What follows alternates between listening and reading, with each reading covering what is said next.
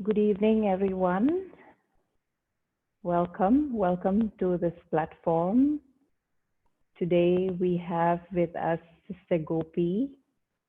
She is an international speaker and she has been following the Raj Yoga meditation for more than 40 years.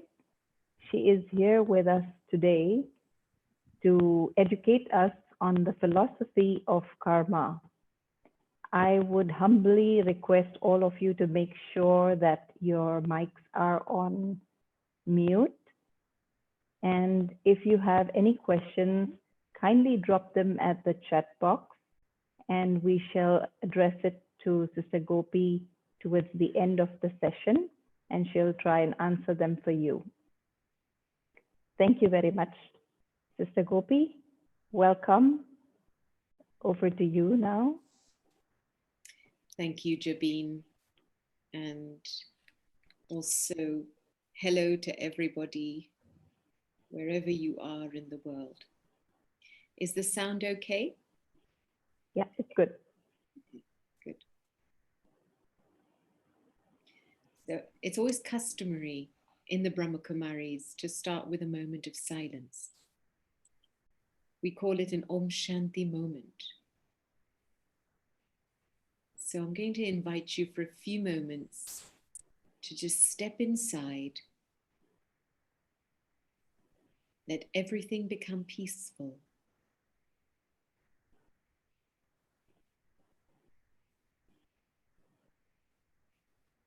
And let yourself come to a state of rest.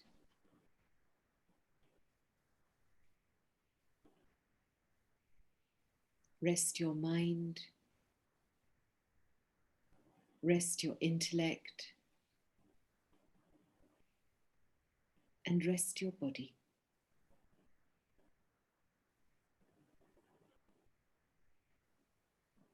And come back into the awareness of being a living energy inside.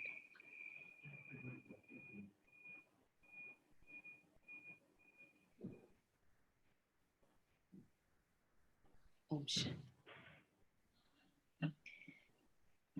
So today's topic is the philosophy of karma. And I think we began some conversation about it yesterday amidst all the complications of technology. So I'd like to share and perhaps reinforce how we began the topic yesterday. Karma is as famous as the word God. It's often used in context to punish. It's often used as in another context to control. It can be used in a context for reward. And yet, what does it mean to understand this law for my own benefit and my own progress? We know in the world that when we follow laws, order remains. And when we break laws, it creates disorder, chaos, anarchy. And so deeply understanding how this law works is very important for spiritual progress in life. And at the same time, accepting this law is as important, because sometimes we can follow a law, but internally we're following it out of duress, duty. We haven't understood why we're following it. And so there isn't complete acceptance inside. And as a result, there won't be alignment. So the first place I wanted to start with was that, the word karma itself literally means action. Most of you know that. And there are so many things that's an act. Picking up a glass of water is an act. Thinking, creating a thought about something is an act. Me speaking right now is an act. Me bathing is an act. And so we perform so many actions in a day. And yet, what are the fruits of those actions? And within the Raj Yoga philosophy, we talk about karma in 3 different categories. We talk about elevated karma, positive karma, vikarma, that's negative karma, and neutral karma. And so throughout the sharing over the next 45 minutes, I'll be explaining what makes karma positive, elevated, negative, and neutral. Because, people often, when they think of the word karma, they think of it in terms of the past. And then it's like, oh, I'm fated for this. This is destined for me. I can't do anything about it. But the whole machinery of karma has three different dimensions: past, present, and future.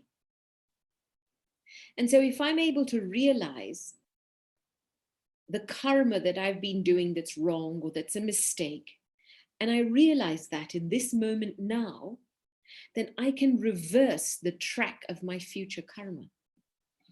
I'm not at the mercy of fate. I don't have to be at the mercy of my past karma.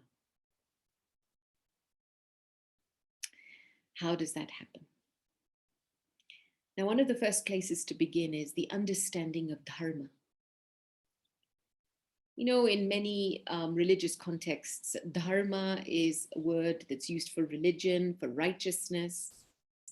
And yet there are two words that are very deeply linked together: Dharma and Dharna. The first one is a set of principles, my inner set of values, my pure bhavna, the thing that I uphold inside me that is valuable. That's my dharna, my dharma. And then my dharna is the expression of that value through my character. So if I value, for example, if my dharma is peace, and I value peace tremendously, then how will that be expressed in my dharna, my character? It may be expressed as patience. I will love, I will express and uphold this value of peace as patience in my life.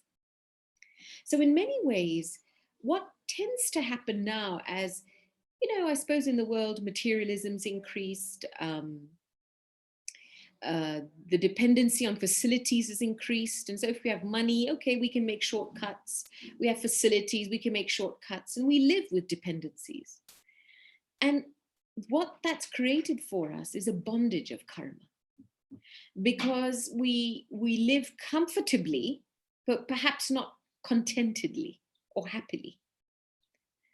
And what can then start to happen is that we become careless about our dharma and our dharna. So we take shortcuts in relationship. If money can buy everything, why do you need to use your character? Why do you need to uphold your character? It's the easy route. I mean, that's just a very gross example, but this is what's happened in humanity. As a dependency on materialism, facilities has increased, we've somehow let go of our inner specialities, our inner dharma. And, to make karma elevated and positive, you have to go back to this subject of dharma. What is my original principles, my original innate religion? And this is where we start to understand in the Raja Yoga philosophy the concept of soul, because, I have a body through which I perform actions, karma. I see through the eyes, I make the hand move. The hand isn't just moving mindlessly to pick up a glass of water. There's a living energy inside that's making choices. Whether I want to drink a glass of water or a cup of tea, there's a living being making these choices inside. And so it's so important that the subject of dharma is deeply linked to my sense of identity. Who am I? Who is this living being that is operating through this body? And on what principles, with what energy is this living being operating? When you operate off habits, you operate mindlessly.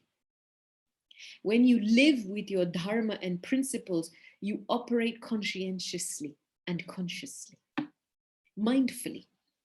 You know, I was sharing yesterday simple things, just in things in relation to ourselves. You're drinking a glass of water or you're eating food, for example. How are you eating that food? How are you drinking that glass of water? Are you rushing it? Are you quickly eating your food?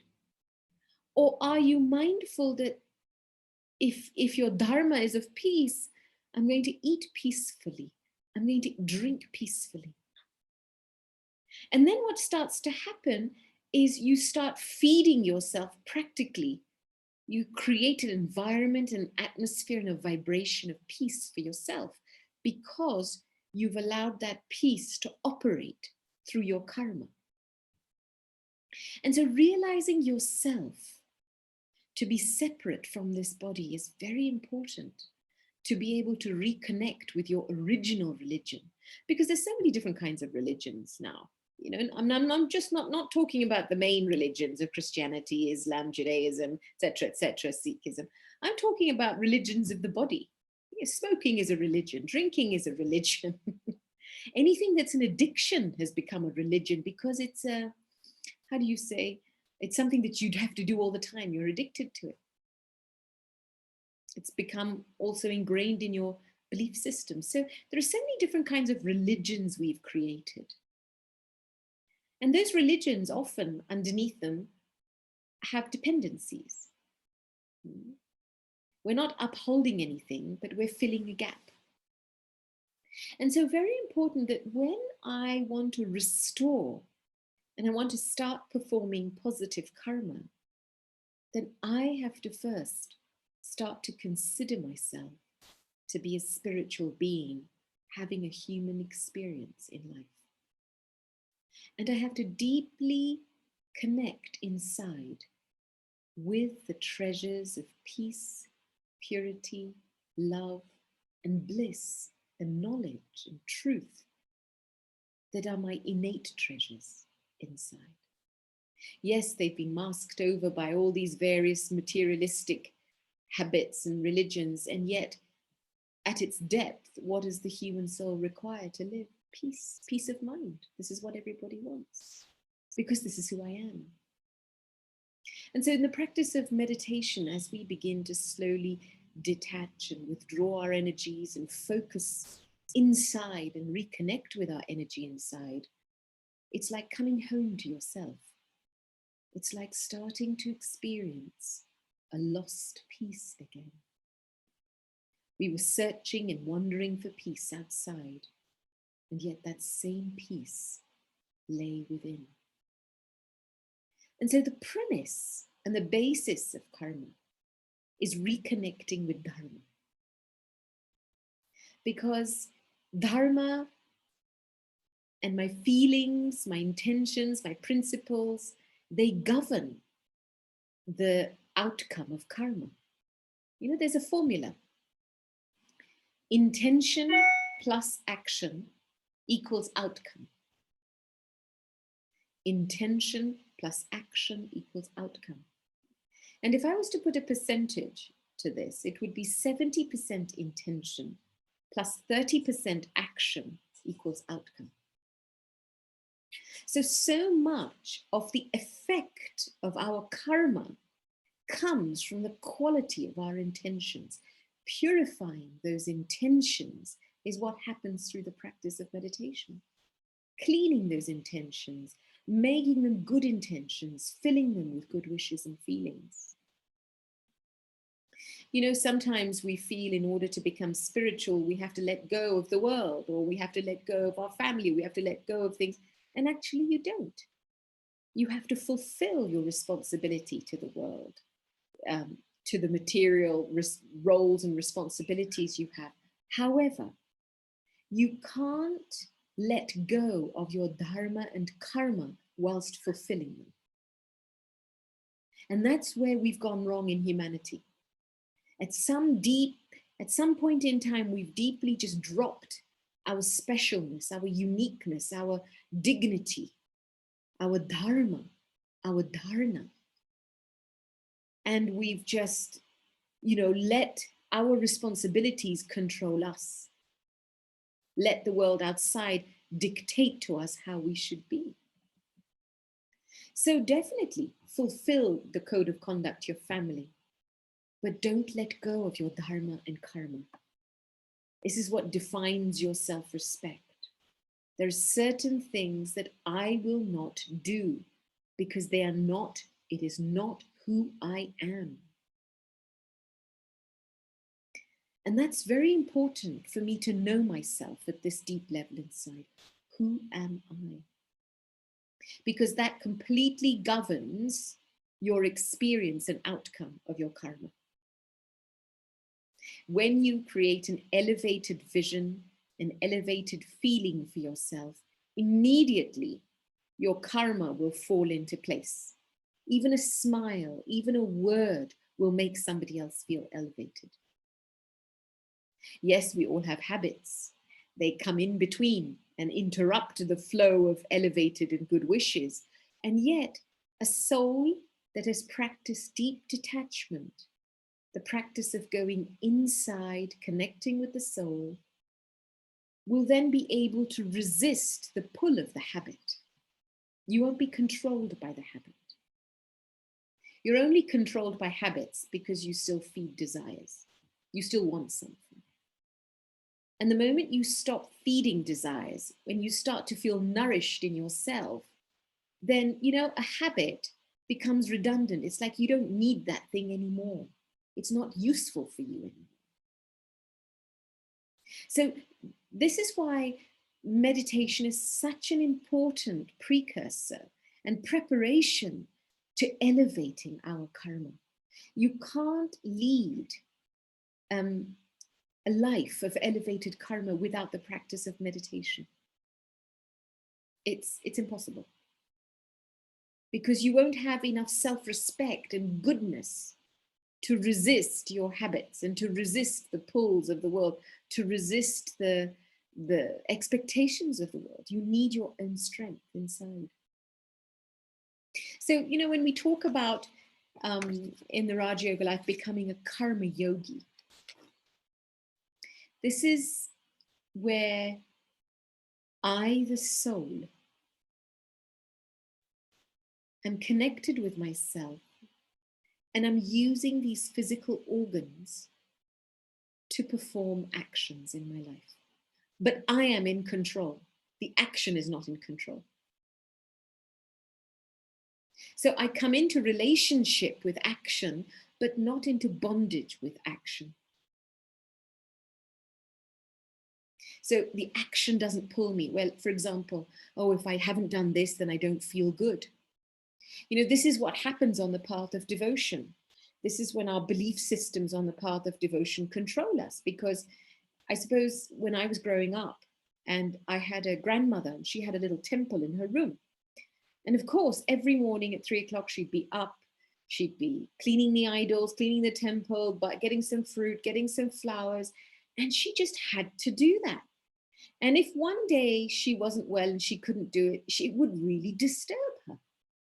And I realized that ritual that she was following gave her a lot of comfort and a lot of security. But without that ritual, she felt disturbed. Didn't she have a connection with God? Who was she worshipping then? These were the questions that I was having in my mind. That surely, if you're following a daily ritual of some kind, and if you stop, there's a reason behind it. It must be fulfilling a relationship. But sometimes we've entered into mindless rituals because we hope that if we do this, then this will happen. But we live in hope. So we don't become intentional about what we have to do. And if we don't become intentional about what we have to do, then we definitely don't receive success, because when we are intentional, success follows us like a shadow. The ritual will not bring success. Yes, what the ritual helps to do is it helps to keep your senses in order and discipline. It keeps a kind of a decorum in place, but it doesn't replace intention. And so when we come into the bondage of karma, there are certain actions and habits that we fulfill and we keep fulfilling, because without kind of, feeding that, putting that plug in, we don't feel satisfied. And so karma yogi soul, a yogi soul, is one that has built and developed the ability to detach and to connect with its own inner peace, and then come out into a relationship of karma with a lot of love. And a karma yogi soul won't be upset or have dislike or jealousy towards another soul. Sometimes when people come in front of us, and sometimes there are some people that don't like anything, they dislike everything, they complain about everything. And sometimes you can be affected by that. That's also a karmic bondage, to be affected by that. It means I'm not in my position of being a karma yogi.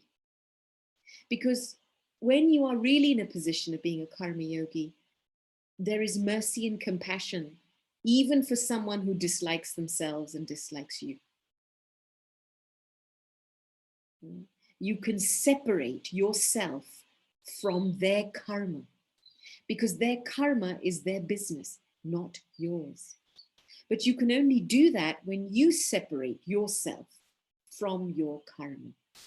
And you start to observe your karma as a detached observer. So, karma is multidimensional. We don't have to be bound by the fate of past karma.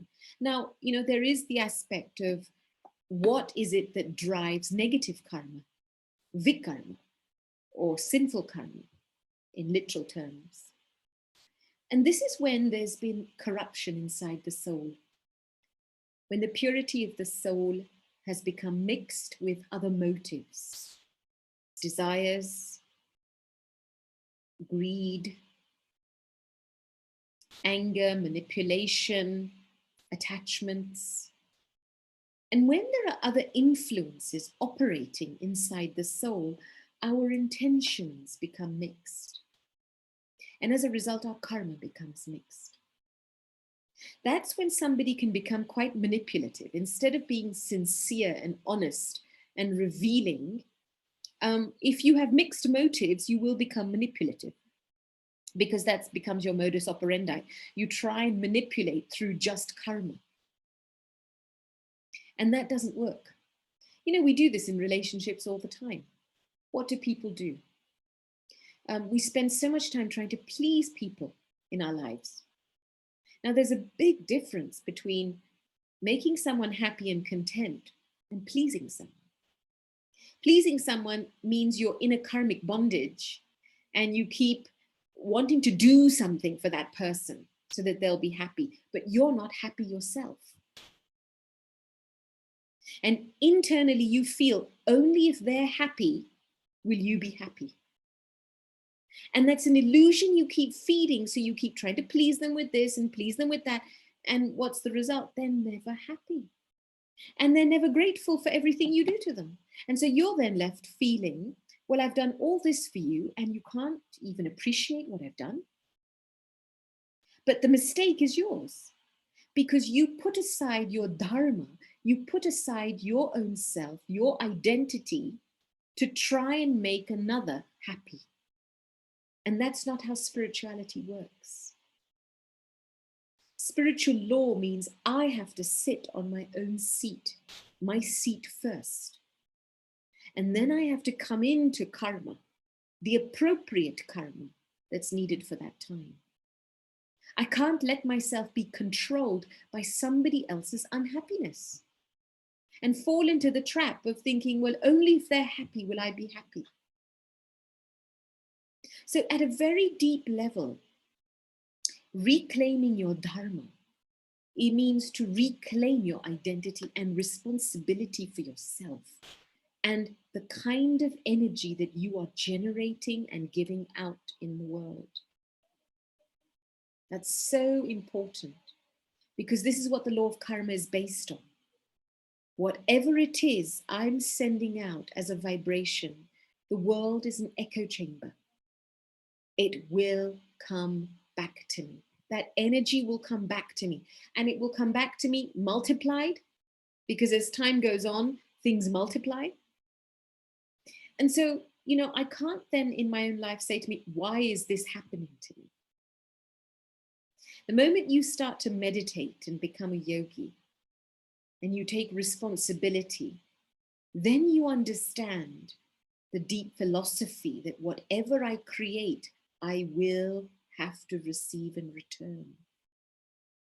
If not in this lifetime, in another lifetime. And so can I be responsible in what I'm creating? And it could be that someone's had a bad mood and they take it out on you. It could be anything. But to ask the question why is not helpful at that point. It's to humbly internally accept this is their karma, this is their expression, but I'm receiving a return of it for something I may have done in a previous life. Now, can I let it go? It's settled. I'm not going to increase this karmic bondage and account by thinking about that person anymore. Because what happens is the moment you think about somebody, guess what? An account opens with their name on it. And in your subconscious, you've got all these little account books open with various little names on it. And whatever you're thinking about that person, feeling about that person is being deposited in that account. And at some point, whatever's deposited in that account has to be settled. So if you're thinking badly about somebody, it's a deficit. If you're thinking positively about somebody, it'll be enriched. And this is how, sometimes it's such a subtle thing. Operating at a subtle level is very beautiful, because when you start to think about and have good wishes for someone, it's a vibration. Vibrations don't need physical distance. They reach instantly, seconds. And then the next time you meet them in the physical, your meeting will be so beautiful because it's enriched by how you prepared it. But if you've been having even a slightly waste thought or a negative thought about somebody, you watch, the next time you meet them in person, they won't be able to look at you properly. You won't be able to look at them properly. There won't be an easiness in your meeting. And so the way to ultimately make all your relationships good is to deeply hold on to the religion of thinking and feeling and generating good wishes for everyone in your life. And that does require you to give yourself the space and time to meditate. Now, we do have to examine our motives, because sometimes, we perform actions out of carelessness. That has a consequence. When you're careless, you will also receive the return of that carelessness. If you're lazy, you'll also receive the return of that laziness. So what you're doing with yourself is actually defining, however you relate to yourself is going to define how life relates to you. Because that's the vibe you're sending out to the whole world. So if you're thinking unworthy thoughts about yourself, negative thoughts about yourself, you're basically saying to the whole world, think that I'm unworthy, think that I'm negative, and you will receive more of that. Now, in the subject of changing karma and settling karma, we do need help, because we've opened so many accounts by thinking, doing, speaking about other things, people misusing things. We've misused time, money, energy. We've even got an account with our own body, especially if you've misused your body. People on drugs, when you've actively misused your body at some point later in life, that account has to be settled. Your body doesn't cooperate with you. So all of these accounts, how are they going to be settled? Do I have to go through each one single and settle it one by one? And something very beautiful happens when we start to meditate. And in Raj Yoga, we say, when we start to have yoga. Because there's two levels in meditation. One, the first level is the level of mindfulness, becoming aware, self-aware of myself inside. And the second is the awareness of the Supreme, of God, of the divine.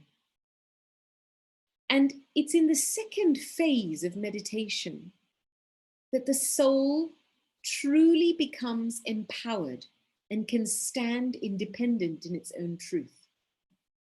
Because the mirror of God is probably the only cleanest mirror you have in your life, because that energy is the purest energy. When you look into the mirror of humans around you, you'll see your weaknesses, you might see your specialities, but you'll see a mixture. But when you look into the mirror of God, you will see what is pure and what is real inside you. And so when we take this time to really have yoga with the Supreme and to face that mirror of purity, then even though the impurity may surface, we will feel God's mercy for us, and we will be able to reach and experience our reality and authenticity, our beauty inside. Because the seed of specialities grows when it's watered by something pure. And so God's fragrance and God's energy, God's love, God's peace, God's virtues, powers, when the soul starts to recharge itself with this, the soul starts to restore its own dignity. And it's the power we receive from God that allows us to realize who we are. And that power allows us to break the cycle of negative habits, negative thinking, negative speaking, and negative activity. You cannot break that cycle intellectually. You cannot outthink negativity, because negativity is a force of energy. Have you ever tried reasoning with an angry person? Have you ever tried, talking to a greedy person?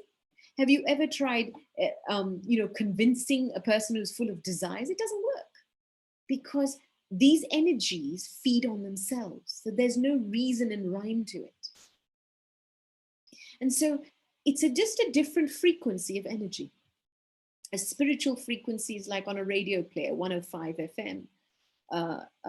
Non-spiritual, a materialistic frequency, a body frequency is like 99 FM. So the whole practice is about tuning my consciousness to the right frequency.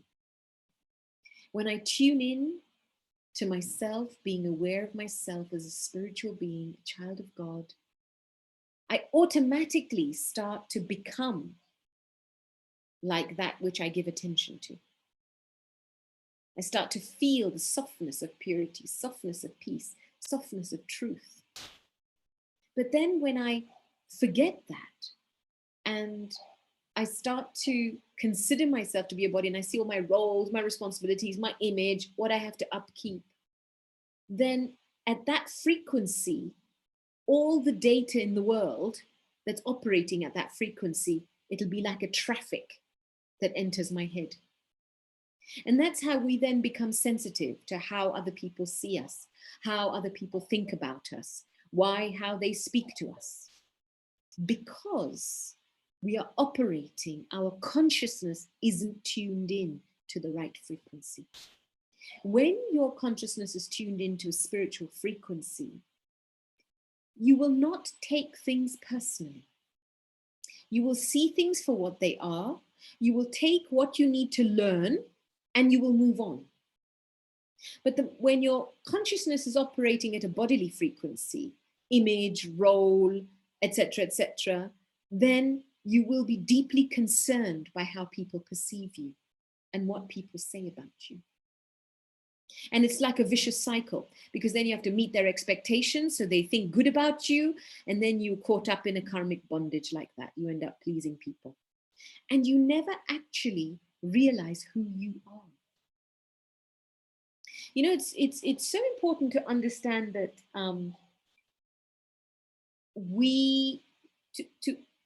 to observe the influences that we are under. This is one of the benefits that I've found meditation has helped me with. The ability to be a detached observer, to just watch, what are the influences I'm under? Is there an influence of a past memory in this moment. Because if that memory comes back, then I'll see through the lens of that memory. I'll become sensitive if somebody speaks like that or does like that, because it triggers a memory. Am I under the influence of somebody else's thinking and belief systems? Because influence will color my personality. And it will make you do things and say things where you think, oh, I shouldn't have said that, or I wish I hadn't said that.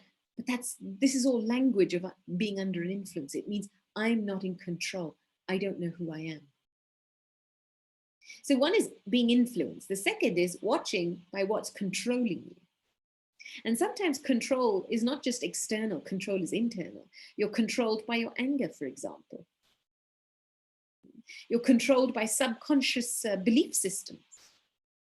So looking at what you're controlled by, because when you're controlled by something, you start acting without, you'll feel helpless. You will be acting without choice. It's like you feel you don't have a choice. You just have to do this. Karna padta hai na. Who said you have to do this? You're letting yourself be controlled by a belief system, by a lower level sanskar, a trait, so to speak. And then you say outside, oh, karna padta hai, we have to do this. This is the language of a slave, not a master. And then the third thing, which is probably, I would say, one of the most interesting phenomena I've observed, and the deepest, because it's willing, is becoming attached. You see, you want to be free from an influence, you want to be free from control, but you actually want to get attached. Because attachment feeds some kind of sense of security inside. And under the influence and energy of attachment, we worry, we do crazy things, we neglect ourselves, it's incredible what people will do under the influence of attachment. And attachment eventually destroys your own personality, because you've let yourself be so absorbed by something else that you don't know who you are anymore. And so what is the quality of your karma then? So breaking this cycle requires an incredible amount of spiritual power. And this is where I think we're at a time in humanity, a time in the cycle, when the presence of God, the energy of the Supreme, is so available to us. And there's a beautiful law, and I will call it a law because it's a godly law. And it's very deeply linked to the philosophy of karma, that when there is courage, the Father helps. If this wasn't a fixed law, then everybody would become number one in their lives.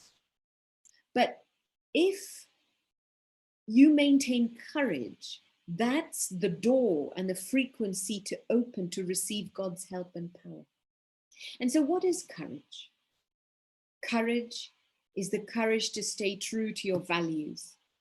Courage is the courage to detach. Courage is the courage to open a relationship with God, to face God, to belong to God, to stay in God's company. Anything that uplifts you takes courage. It's easy to fall down because you don't require any effort to fall down. But to climb up takes effort. And so courage is the act of choosing to uplift yourself. And when you do that, automatically you will receive God's help and power.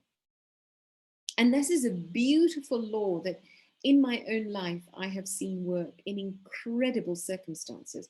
I may not have had the ability, the skills, the talents to face what I was facing in that moment, to face the negativity, but yet I had the courage to be truthful. I had the courage to be peaceful. And I had the courage to keep good wishes no matter what anybody said about me. And I've witnessed firsthand how when you keep that kind of courage, eventually what you receive from God reaches that other soul.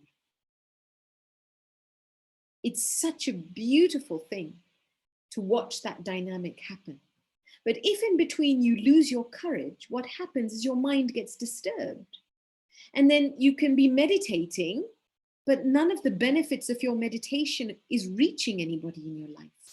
It's not uplifting anybody in your life. And so it's such a beautiful thing to keep courage, to maintain your Dharma and your Dharna. Because that's the road to receive God's help. And when you receive that help, you can put a full stop to the past.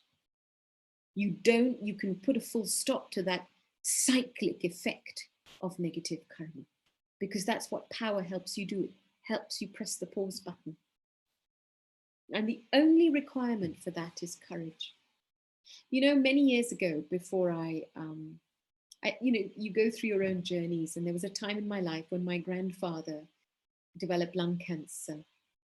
And of course, it was the first time anybody in my life had become that sick, and he was going to die. And when they die, in the Indian custom, they bring the body home, and they did that. And of course, it's the first time I've ever seen a dead body.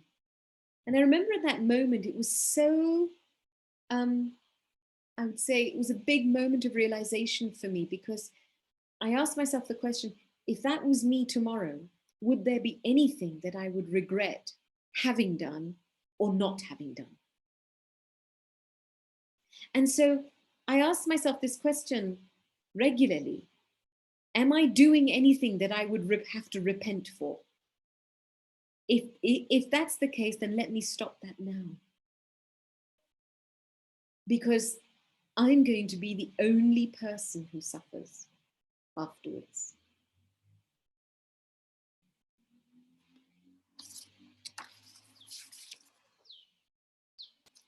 I'm just looking at time, and perhaps what I want to do is I want to talk a little bit about integrity, because this is connected with the law of karma. It's so important that if we're going to come back into a place of Dharma and Dharma, into a place of self-control, then it's very important not to be clever with the self, but to slow down a little bit inside. And to arrive at a point where in my life, what I'm thinking is what I'm speaking, is what I'm doing at any moment in life. So not to go too fast, but to create a pace inside yourself, so that what I'm thinking is what I'm speaking, what I'm speaking is what I'm doing. And that creates a healthy balance and flow inside. Because if we think too much about something, that also opens an account, unfulfilled thoughts. And those excess thoughts we have are a burden for us, right? They're a burden for us. They make us feel heavy. They don't let us do what we want to do. And so what are the thoughts I need to be thinking right now? Let me focus on that. Let me focus on speaking about that, giving that energy and putting that into action now. So slow yourself down, and that starts to create a personality of integrity. Then you become the same inside out. It's not that you make yourself big inside, but outside your reality is something completely different. So it's so important to face yourself and be honest with yourself, because that's the first basis of courage, of keeping courage and eventually receiving God's help, is to be really honest, is to deal with yourself, with your conscience and your heart, and not to be too clever with yourself. And then, as a closing remark, what do we do now? What is our focus at this time? And I feel for myself, habits can be replaced by new ones, good ones. So let me start opening up accounts that will start generating positive action and positive habits. And this is where I often talk about 3 accounts. open up, when you go to a bank, you have money, you want to open up accounts. You deposit money in different kinds of accounts. One is your current account, your regular savings, your long-term savings. So in the same way, open up 3 accounts of karma. The first is the account of self-effort. What am I doing for myself? How much goodness am I accumulating? What good thoughts am I accumulating in my mind? What virtues am I developing in my character? What time am I giving myself? What energy am I giving myself? So what is the practical karma that I'm doing for myself in a day? Open that account, because that's your current account. If you don't look after yourself, you cannot look after anyone else. And remember, whatever is your mental state, that is as far as you can bring somebody. So if you don't elevate your own mental state, your own heart state, then you will only be able to take somebody as far as you are yourself. You cannot uplift somebody if you can't uplift yourself. And so the account of self-effort, that's the first account, very important. The second account is the account of blessings. You know, when we're in a benevolent state, what is service? Service is to bring benefit, bringing benefit to something, not pleasing, but bringing benefit, which is very different. And so when you start to detach and experience yourself to be the soul, you connect with the Supreme, you are filled with good energy.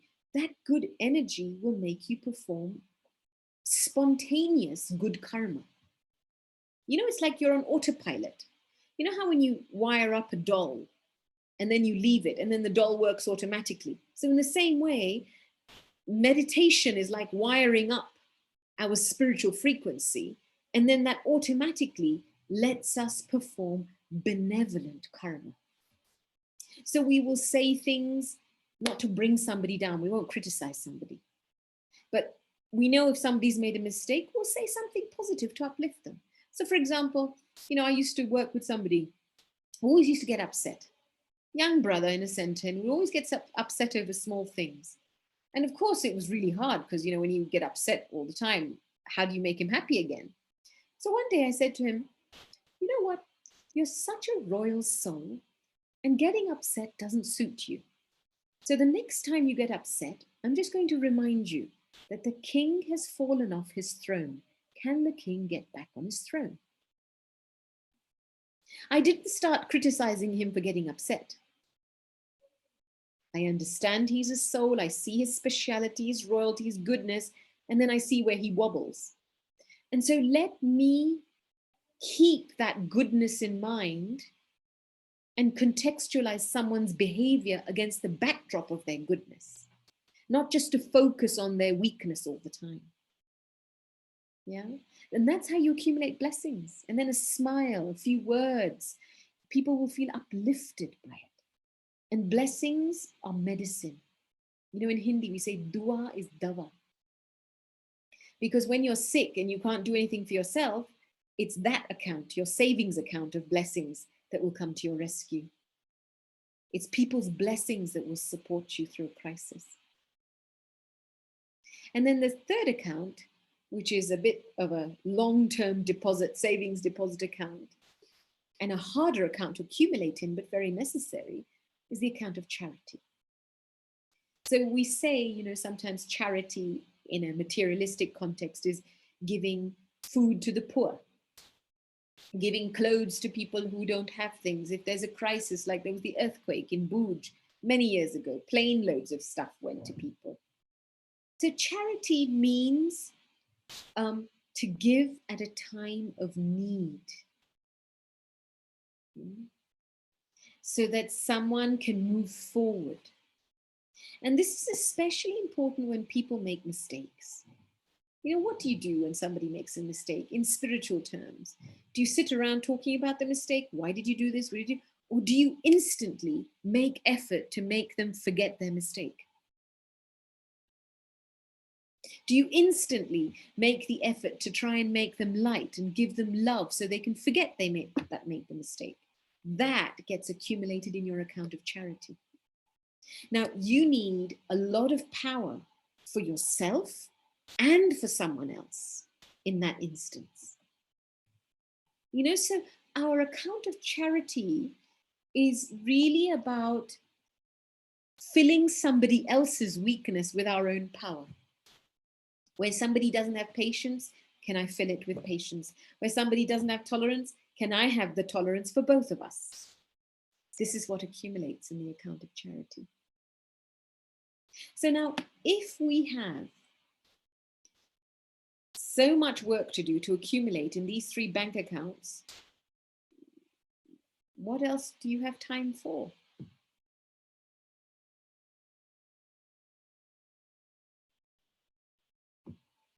What else do you have time for? There's no time for waste thoughts. Because you understand, every time you have a waste thought, you're opening an account. And the burden of those waste thoughts will only affect you. There's absolutely no point in having waste thoughts about anything or anyone, because it doesn't help anybody. So I'm going to stop there for the moment. And it's now 4:20. And I know that Jabeen had said there would be a space for questions and answers. And so perhaps we can take a pause and see what has been bubbling for you. And if you have any questions or comments, if you'd like to put that in the chat box. Thank you, Sister Gopi. Indeed, you have opened a lot of questions here for us, because karma is such a vast topic. And I don't know, I think everybody who's present here today, I'm sure, must be feeling the way I am feeling. I'm not satisfied. I want more, because there's so much more. Because to my understanding, karma, destiny, it's like a DNA. They work hand in hand. So yeah, maybe sometime we could go more into that topic.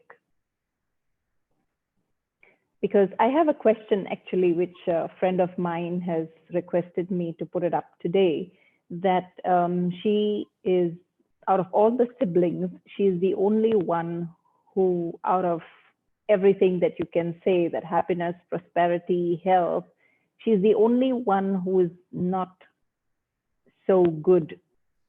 So she feels, why God, why me? So what would you say to that, sister?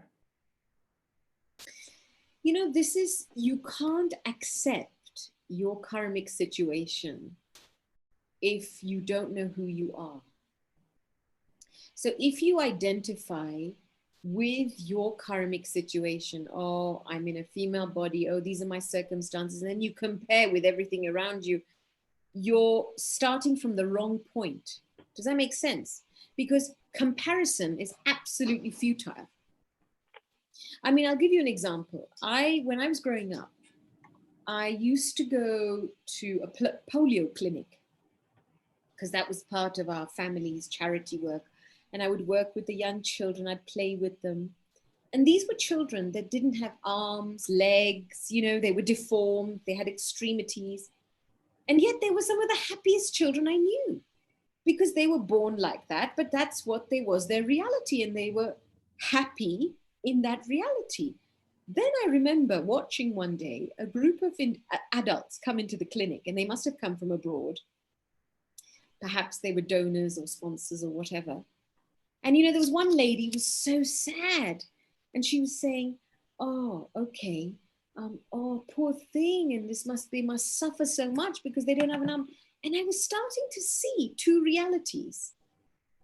She thinks happiness is having complete health, and having arms, legs, and then she's projecting the fact that if she didn't have an arm and a leg, what she would feel like onto this child that doesn't have an arm and a leg, and yet is happier than she is in that moment. So it's so important to define happiness at a deeper level than just the externals. of, be it your bodily situation, be it your financial situation, be it your relational situation. You have to go to a deeper spiritual identity inside and start to cultivate a sense of contentment inside. Then you will have the power to accept your karmic reality as it is, because it's completely unique for you. You know, you might say somebody else, okay, they might have a healthy body, but they'll have a depressed mind. I know lots of people, wealthiest people in the world, completely and utterly depressed. So what is your reference for accepting your karmic situation? It has to be a spiritual reference point. And you have to start with, what is it really that's going to make me happy inside? Because at some point, you know, to be able to accept what's happening to you, it takes courage and power. It takes a lot of detachment to see what's happening. Because, you know, people will say things, people will do things. And sometimes, you know, what's interesting is that we can't see what we're doing and what we're thinking and how we're operating, because we feel we're right. We operate from a place of ego. We don't operate from a place of spiritual reality. And then it's the ego that's blind to itself and then starts asking, oh, why is this happening to me? Why is this happening? And I realized this very recently in a relationship, in a service relationship. There was a particular, you know, relationship with a person that just, you know, this person would constantly be rejecting me. And I just could not understand why.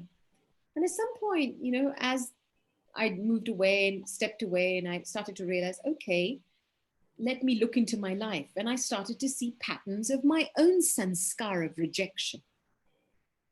And then I thought, how is this sanskar of rejection actually expressing itself in my life? And I realized it expresses itself in an egoic way. You know, I need to take a stand on something. I need to prove something. So the tone of my voice changes. And I realized that as the tone of my voice changes, people feel that I'm right. And so they automatically step away from me. But the root of them stepping away from me is not them, it's me, it's my sanskar. It's what I am doing to myself inside. And this is the deepest relationship with karma. I have to go deep inside, understand my sanskars, see them for what they are, and transform them. Because the root of karma is a sanskara, a trait. And if you want to disable that karmic account, you have to transform it from its roots. And, you know, I've been with people, I'll tell you a story. And it's a story that is of a colleague of somebody I knew who lived in Alaska, really out in the sticks. And this particular lady went through, she was connected with the BKs and, you know, had been taking knowledge and meditating for quite a while. And one day she was leaving her house and she was opening the car door, and somebody came from behind her and stabbed her 7 times. And of course, she couldn't see the attacker. And so she got taken to hospital, and when she woke up, she was paralyzed from neck down. And of course, that's a shock. It's a shock for the body, whatever's happened, especially if you've had a reference point of a healthy body, and then suddenly there's another bodily reality. That's a shock experience, which is normal. And so in that shock, it was like, you know, the doctors were saying to her, you're not going to walk again. You're not going to. And she went through different stages of shock, of which disbelief is one, anger is one. This is like a human reaction, which is part of the bodily experience. It has to happen. It's normal. And when she started physio, she was feeling quite helpless. And the physio wasn't working. 1 month, 2 months, 3 months. And then it was a chief of a local Indian tribe came to see her and said to her, I want you to write down 10 things every day that you appreciate about yourself and life and about the people around you. 10 things every day. And he says, I'm going to leave that with you and I'm going to come see you in a month. And she started doing that. Every evening, she would sit down. It would be really difficult. She would write down pen and paper, and she would start writing down what she appreciated about her life, what she appreciated about the people around her, what she appreciated about what she had. Suddenly, within the space of a couple of weeks, the physio started working. The body started responding. At the same time, what was very interesting was her counselors, parallel to that, would, you know what they do in counseling to help you neutralize, because that shock enters your memory and your cells. So what they do is to help you neutralize to the shock of that memory, they take you to that scene again, but with somebody you love, with somebody you feel safe with. So of course she used to invoke Baba, God, the Supreme. And she would then revisit that scene and again and again and again until all the fear disappeared and she was just left with good wishes for herself and for the person who did it. Then the physio started working double time. So this is such an interesting phenomenon. And it's amazing that within 6 months, she started taking her first step. Today she's walking, albeit with a stick, but she's walking. So what is it that controls our destiny? It is very deeply our Dharma and our Dharma.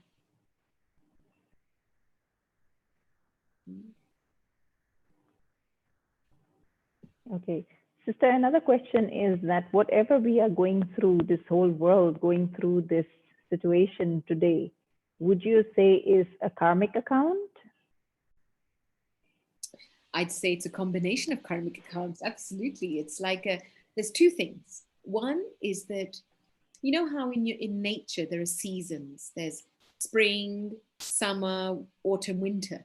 So you see entropy, the law of entropy working. Everything that has a potential state has to come to a spent state. So right now, what we're seeing in terms of the humanity is the cycle of entropy at its lowest state. In Hindi, we call it tamo pradhan, the lowest form of energy. There's no spiritual potential left that we're operating with. And so one is that we're reaching the lowest ebbs of energy, inertia, violence. And so as we act on that energy, we are opening accounts. And those accounts have to be settled. So because life is about balance. It's trying to get you to a place of balance.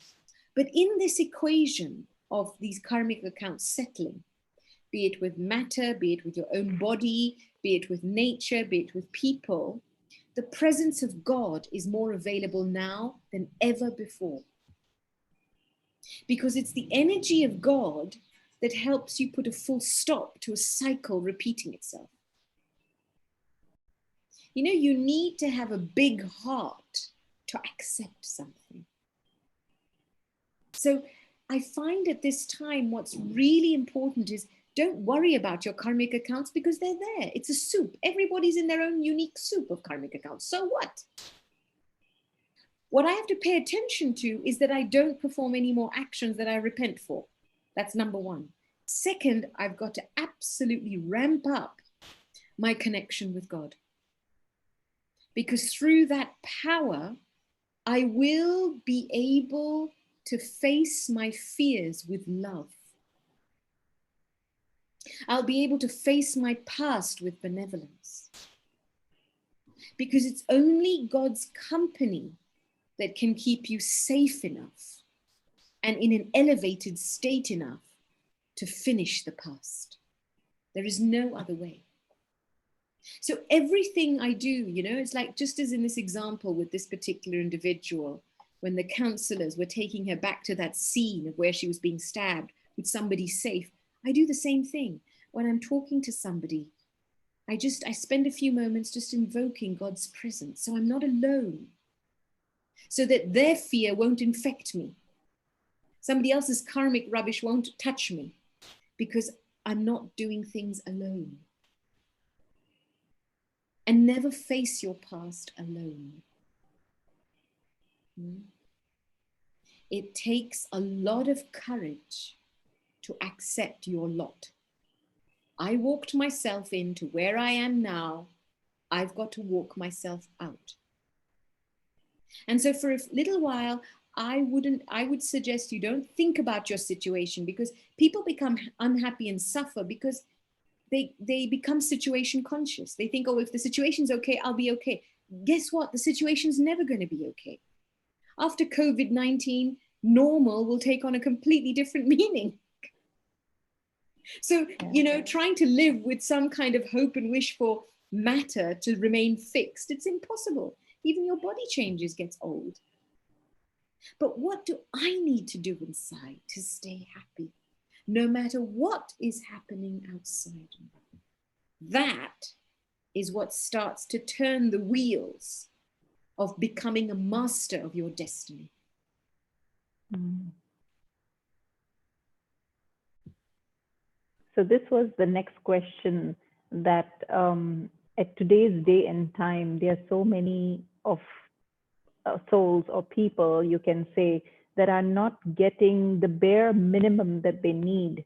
And everybody is saying that stay home, stay safe, don't go out. But stretching out to help them, isn't that a good karma that we would do?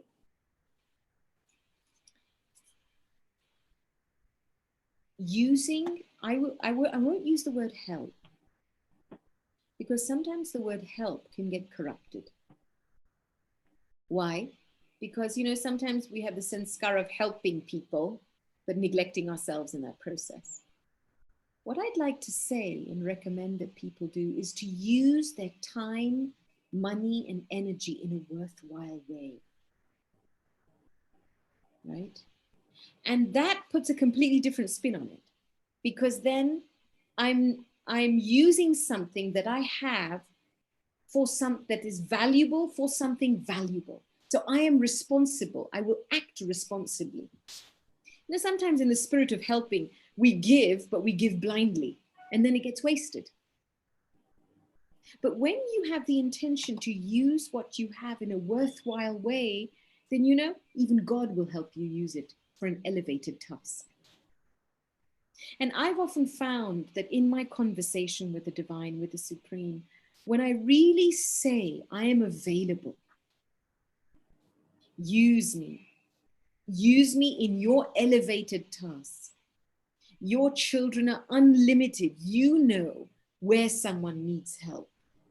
Let me be your helper. Then you become instrument for a far greater task than you could possibly imagine yourself. So I'd say if you want to become a helper, start to awaken that feeling of becoming God's helper.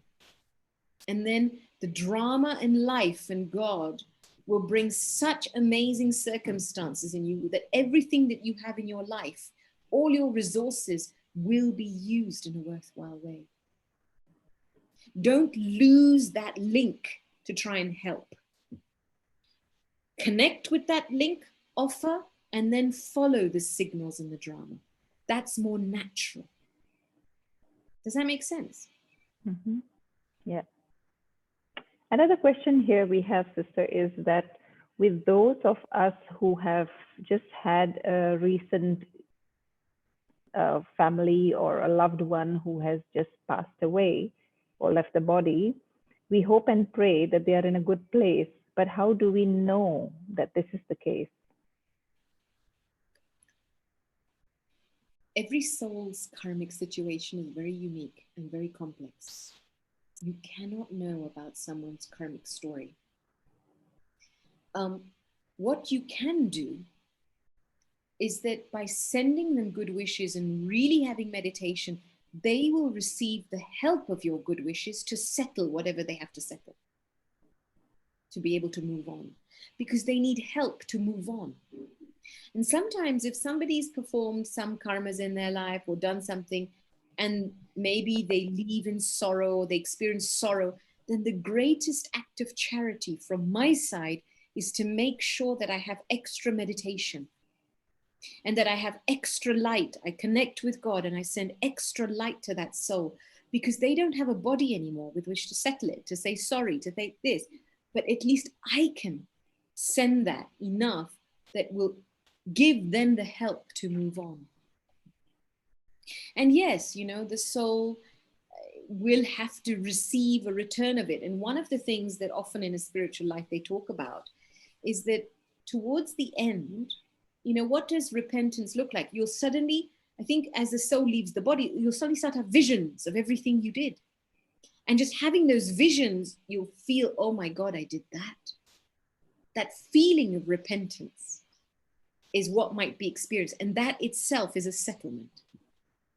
And so when the soul leaves the body and maybe there's a feeling of repentance, the best thing we can do is not to cry, not to have grief, because we pull them even more.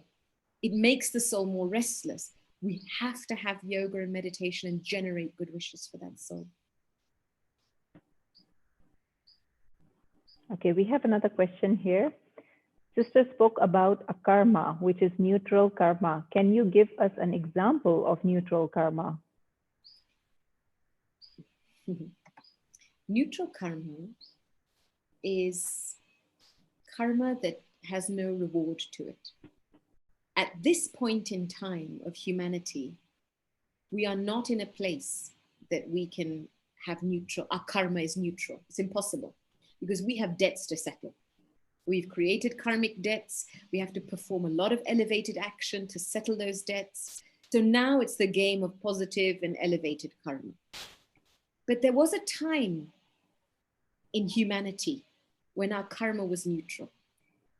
And that's the time of spring. We call the golden age of humanity. Because when you think about even the cycle, the seasons, there's spring, summer, autumn, winter. And then after winter, there's spring. But it's interesting what happens in winter, especially animals. They go into hibernation. There's like a deeper preparation that happens. Animals store food, we store things. And then when spring comes, everything starts to open. And it's the same way that at this point in time, in the winter of humanity, if I start to increase the bank of my elevated karma, then as my consciousness increases, my karma increases, I'm starting to invoke a new reality of a golden age. And if many, many people are making this effort, it's the 100th monkey syndrome. Eventually, a new world has to come. And then in that new world, I will be living out the reward of everything I have accumulated now. And that's what akarma is. Yeah. I'm just reaping the fruits of everything I've prepared, I've accumulated now. And this is what we're doing, as all of us begin this wave of becoming spiritually alive, spiritually awake. The old has to die, winter has to leave, but spring is coming. A new world is invoked through our consciousness, through our actions. And in that new world, which is why it's called the golden age, we are just reaping the reward of our pure karma now. The purity with which we've done things, the level of purity with which we've held things is what operates in the golden age. And so it's like very synchronized. We're just living out our rewards. There's no comparison, no criticism. Everybody is happy with their lot, whatever it is, wherever they're at. Everybody is happy. And that's a state of akarma. The next question is about the 3 accounts you spoke about: account of self-effort, account of blessings, and the person, I think, did not get the 3rd account, which is the account of charity, right? Yes. Okay. The next question is, when someone hurts us, why is there an urge to settle the account by hurting in return? Can that be avoided? Tit for tat. So let's take a little close look at this. If somebody hurts us, why are they hurting? What are they doing that's making them hurt us? They're operating from a place of their own insecurity, their own anger, their own weakness, if anything. Because when you're powerful, you can offer love. When you're weak, you can only offer anger. So if I what happens in me is I get infected with the same virus that they have. So if they're angry, I get angry. That's how it happens. Especially if I don't have any filter. I don't have God's company. I don't have a practice of meditation. I don't have detachment. I haven't accumulated this for myself. So what I get infected with is the virus of their anger. And of course, inside me, I have my own trace of anger. And so it's these traces of the vices. These are the roots of negativity that create these urges and impulses. You know, what drives us to manipulate things? Greed. What will drive us to, be possessive of somebody? It's our desires. So you have to deeply examine your urges. And is there a negative root to them? Now, of course, my greatest protection is my purity. When I conquer my own anger, somebody else's virus of anger can't touch me because there's no receptor to connect with. That's really important to understand, is that my greatest safety comes in purifying my mind and my heart and my body. And that comes in my relationship with God. In my own practice of meditation, I know for myself, if I don't meditate enough, I'll start to get a little irritated over something small. Because those low-level habits will take over. They become like a crutch that you lean on to get something done. And so to conquer anger, you need to accumulate the de-intoxication of silence and peace, of yourself, self-respect. To conquer lust, to conquer desires, you need to generate good wishes. You need to be a giver inside, an attitude, someone who has good wishes. To conquer attachment, you need to draw God's love. You need to deeply understand and feel spiritually. So all of these vices have their corresponding medicine, spiritual virtues as medicines. And as I start to redirect my attention and build my life on the basis of spiritual values, knowledge, principles, then suddenly, these things don't matter anymore. So you can't live life on a case-by-case basis. You have to step back and you have to look at, where is my energy going in my life? What am I doing to look after myself? Because if I'm not looking after myself, my low-level habits will control me. Somebody else's anger will control me. So you have to step back and you have to make sure that your life is based on 4 pillars. The first pillar is regular spiritual knowledge, a consumption of something that refreshes your mind, elevates your mind and your heart. So regular spiritual knowledge. The second is regular meditation. You need to have time to meditate. Morning, evening, best times for that. The third is it's very good to keep a little journal in which you can monitor your own character. A note at the end of every day, did you do something that was not in line with your Dharma? Correct yourself, check and change yourself. And the fourth is service. Give what you have. Share realization. The highest form of service is spiritual service. It's giving knowledge to uplift someone's life. But not just knowledge from the head, but knowledge from a deeply realized state of having practiced it. And if you build your life around these 4 pillars, guaranteed you will develop spiritual resilience. Little things won't bother you.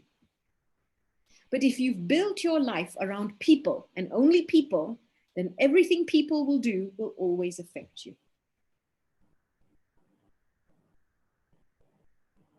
Talking about resilience, we have a session with Sister Jayanti on Friday on that, all about how to build our resilience during this challenging time and how do we to be able to face challenges. So we need to build resilience. So yes, that is a good thing that you said. and we will take it deeper with Sister Jayanti on Friday. There's a next question here from a brother who's asking, how do I naturally become a karma yogi? Beautiful. Develop love for God. You know, the karma yogi life, it's when the heart is with God and the hands are doing their work. To become detached requires love. And it's like a chicken egg thing. You know, the more loving you become to God, the more detached you become. The more detached you become, the more loving you become.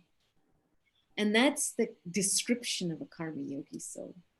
And so as a karma yogi, in a practical level, from time to time, before I start my karma, I set myself here. Who is performing this karma? And I'm performing this karma as a helper of God. So I'm not performing it alone. That's really important. Because if I do something alone, there's chances of the ego grabbing hold of me. I did this, look how good I am. And then you forget that you're in partnership with something much more unlimited. So it's very important to set yourself before you perform any karma. Set your spiritual position, tune yourself to be an instrument of God, to be a helper of God, and to really feel that presence before you start something. Because whatever energy you begin a task with is the energy that will determine its outcome. And then when you finish an action, throw it back up to the ocean. Don't take any fruit of it. You will get the fruit of happiness. But when I say don't take kacha fruit, raw fruit, don't think to yourself, oh, I did this, and wasn't I so good that I did this, and da da da. Just release it. And as you release what you've done and you forget what you've done, your happiness levels and your lightness levels will increase, and so will your detachment levels. So top and tail, slow down and top and be more mindful by topping and tailing your karma. Start with the consciousness of being a child of God, a godly helper. Set yourself there, and then on the other side, finish. As soon as you've done it, finish it, release it, throw it back up in the ocean. The next question is, there is a sister who has attempted suicide and survived in the process. She lost one of her limbs, leaving her handicapped. Now again, she is having suicide tendencies. So what is your advice for her to develop the want to live and come closer to God? She has all the blame on God for her grief, which she does not agree that he is not to be blamed for. I think I answered that question with my story about that sister from Alaska. I think that the first thing she needs to do is to understand that the mindset she is sustaining of blame is only an escape mindset. It's only harming her. And that, you know, sometimes in the process of grieving, there are many stages before you get to acceptance. Blaming, denial, you know, anger, it's all part of that process. But having good wishes for that soul is important, because she will come to a place of acceptance. She has to, because you have to move forward in life. And I think what's very important that if she can be encouraged to do is to actually write down every day 10 things that she appreciates. It's an effort. You have to make this effort. Because if you don't make this effort, you cannot move forward in life. And if you don't have the courage to make this effort, then you can't even receive God's help. Because blame is absolutely a nonsense mindset. I mean, you know, something happened. Can I take it as my lot? I feel pain about it. I feel anger about it. Okay, this is where I am now. But God is not to blame for my karma. And so at a very deep level, I think the first place is the sister has to just focus on her internal specialities. What do I appreciate about myself? What do I appreciate right now about the life that I have? What do I appreciate about the people I have in my life? And as that lens starts to change, the appreciation will start to expand the heart. and the anger and the blame will start to dissipate. Next one is, when we get manipulated and people misuse our kindness, but still trust them, they repeat the same behavior over and over again.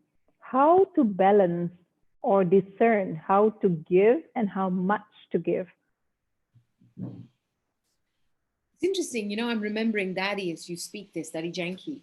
Daddy, when people would come to Daddy Janki, Daddy would give Toli, these little sweets. And even if it was one person that would come to Daddy, Daddy would say, how many in your family? She would be considerate about everybody else behind that one person. And she'd give that person what they needed for their family. So if they said, oh, I have 4 members in my family, she'd give them 4 pieces of Toli. She wouldn't give them 20 pieces because then it would be wasted. So there's something about being economical and with a generous attitude, if you know what I mean. Now, the other thing is that if you want to serve, you can never be manipulated. But within the attitude of serving, you are responsible for how you are using and donating your time, money, and energy. You are responsible for that. So am I doing it blindly? So for example, am I giving 20 pieces of Toli when only 4 are needed? Because then they're going to waste the rest of the 16 pieces. Or then next time they come in front of me, they'll expect that many again. So where is there the inaccuracy in my giving? My intention is to give, but there's something I'm not being accurate about somewhere, which might then be taken advantage of, And, the thing is, if you want to serve and if you want to give, and that's your intention, you can't be taken advantage of.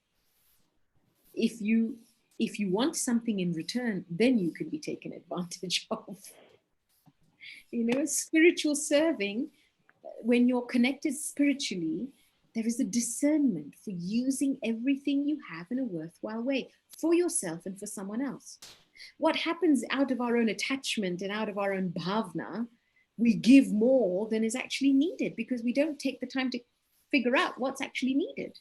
That's what it means to be economical and accurate. And then you can be as generous as you want.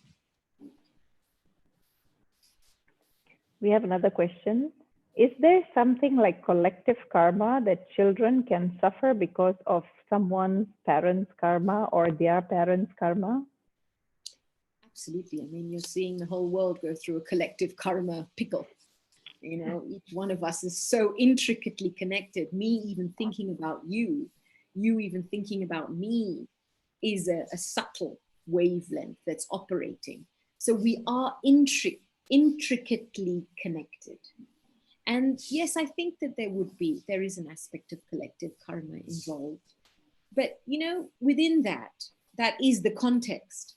Within that, the most important thing is, if I am an individual in part of a big collective karma piece, then what am I contributing into the collective? This is what a master will ask itself.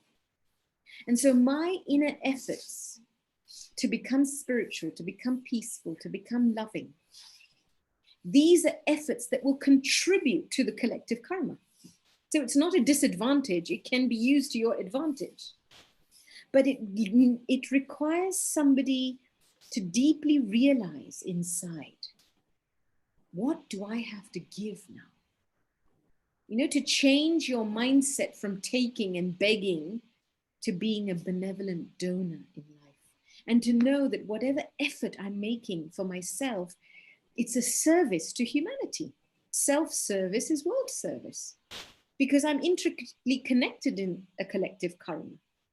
And so if I don't look after myself and I neglect myself, the karma intricacies are influencing me. But if I look after myself and if I let my light shine, I'm contributing to those karmic bondages becoming karmic relationships of karma, where love and light and peace can be exchanged.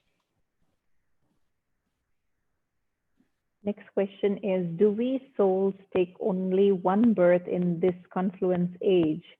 Do we have to settle all karmic accounts in this one birth? Yes. Very simple answer to that. Yes. There comes a moment in time when even time says time's up. And when that happens, it's like, you know how when a tape comes to an end, it speeds up very fast? This is what's happening now. The machinery of settlement of karma is speeding up very fast. And so we're settling individually, we're also settling collectively. And so either I settle through my own yoga power and my connection with God and my elevated karma, or I settle through situations. It's my choice.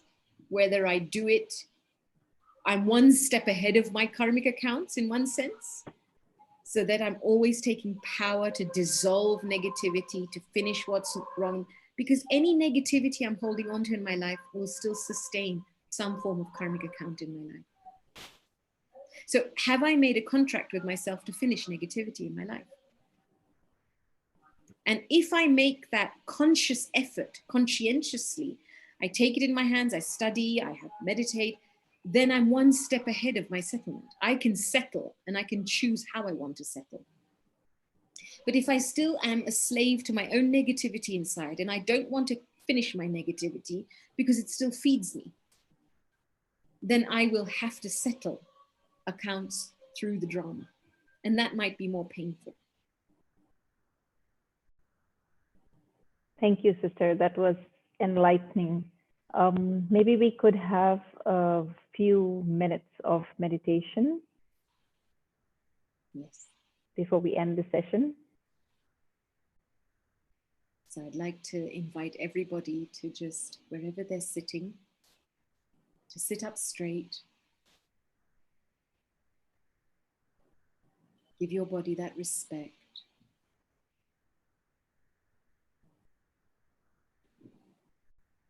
And obviously there's a lot of thoughts that have been shared, a lot of ideas that have been shared. And just feel in your heart what you've been inspired by.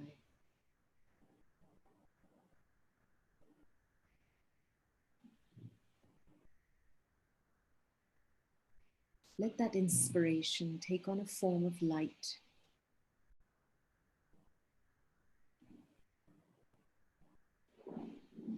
Let it light up the soul inside.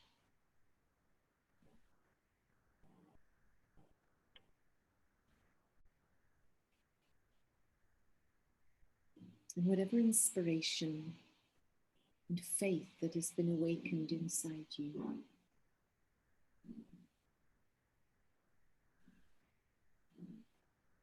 this is life.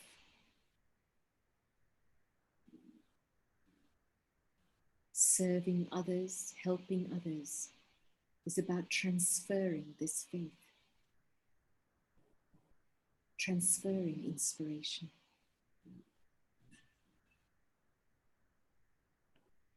And so keeping myself inspired, filled with faith, filled with God's love.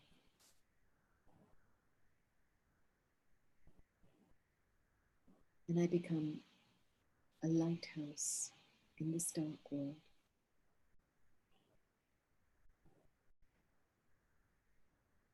I let the energy of this inspiration emanate out beyond me. The energy of this love emanate out.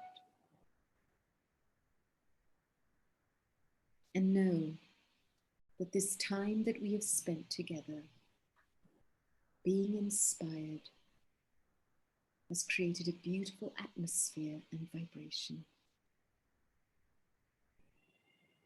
And somewhere, someone in this world is picking up this vibration and is being uplifted by it.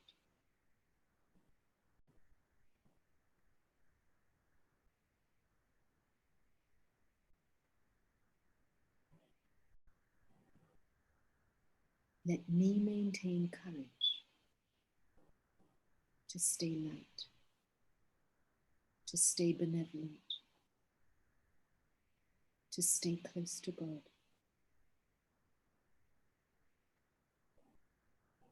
And it will then inspire everyone else around me to be the same.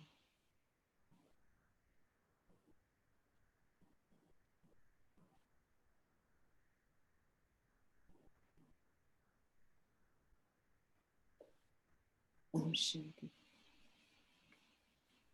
Om Shanti. Thank you once again, Sister Gopi.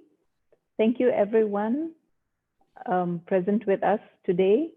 You have been a wonderful audience. We are having our next session on Friday, as I mentioned. It will be at 4 o'clock Jakarta time.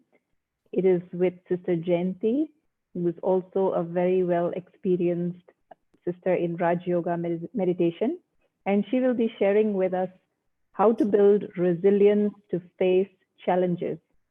So do hope all of you would be able to join us and benefit from that session. Thank you very much. Thank you. Om Shanti. Bye-bye. Bye-bye.